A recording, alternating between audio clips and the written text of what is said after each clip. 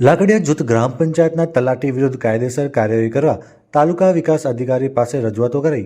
લાકડિયા જૂથ ગ્રામ પંચાયતના સરપંચ અને પંચાયતના સભ્યો દ્વારા તે ગામના તલાટીની જોહુકમી, ગેરવર્તન અને જાતિવાદ અભિગમ કરવામાં આવતા હોય તેના વિરુદ્ધમાં ગામલોકોને સાથે રાખી તારીખ 27/2ના કલેક્ટર અને જિલ્લા વિકાસ અધિકારીને 300 લોકો સાથે આવેદનપત્ર આપવામાં આવ્યું હતું.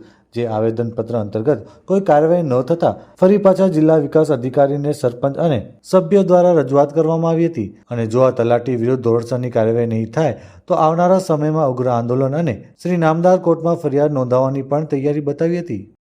જી, રજૂઆત ગયા ગુરુવારે રજૂઆત કલેક્ટરશ્રીમાં રજૂઆત કરેલી હતી.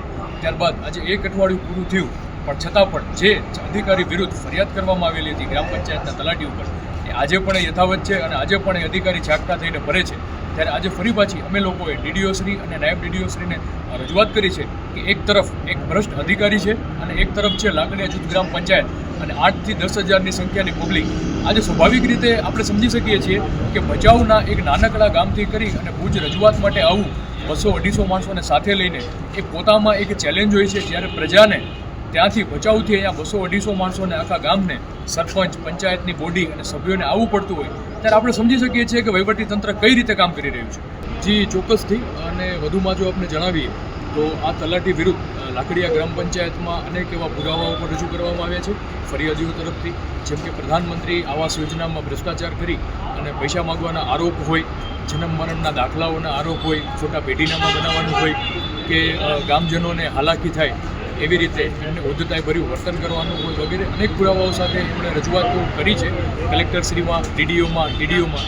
અને આ ઉપરાંત પણ જો લાકડિયા ગ્રામ પંચાયતના અરજદારોને ન્યાય નહીં મળે અને વહીવટીતંત્ર દ્વારા કોઈ પણ પ્રકારની નિર્ણાયક ન્યાય નહીં કરવામાં આવે તો ત્યારે મજબૂરી કરી અને લાકડિયા ગ્રામ પંચાયતના લોકોએ શ્રી નામદાર કોર્ટના દરવાજા ખખડાવી અને કોર્ટ દ્વારા ફરિયાદ કરવામાં આવશે.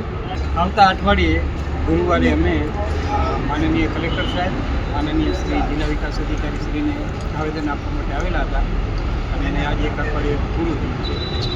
એ બાબતમાં આજે બીજા પ્રયત્ન રૂપે અમે સરને ફોલોઅપ સાથે અને મૌખિક અને લેખિત રજૂઆત ફરી વખત કરી છે. ગ્રામ્ય પંચાયતના સભ્યો આપણી સાથે છે અને ગ્રામજનો એ બાબતના એમના તરફથી આશ્વાસન તો મળેલું છે, પણ જો એમને નિયત સમય કરતાં જો એમને વધારે સમય લેવામાં આવશે તો અમે ચોક્કસ આ મુદ્દો જે છે એ ગંભીર છે.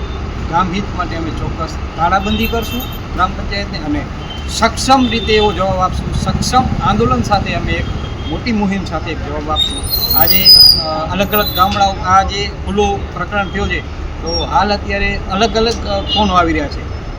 એ લોકો પણ ક્યાંક ને ક્યાંક એમનાથી કચડાયેલા હતા, દબાયેલા હતા. તો આજે એ લોકો બહાર આવી રહ્યા છે. એમનામાં પણ એક હિંમત આવી છે. તો એ પણ આપણી સાથે બધા લોકો જોડાય છે જેમની સાથે એમનું અત્યાચાર થયું છે, અન્યાય થયું છે. જેમ ગોધરાણી ગામમાં એમના ઉપર જે FIR થયેલી હતી 2008માં, એ પરિવાર પણ પીડિત પરિવાર પણ અત્યારે એમનામાંથી ભાઈમાંથી બહાર આવીને પણ એ પણ બહાર આવવા માટે તૈયાર છે. આવા અનેક કેટલાઓ કિસ્સાઓ છે કે એમની સાથે અત્યાચાર થયેલો છે. એ લોકો આપણી સાથે આવી રહ્યા છે.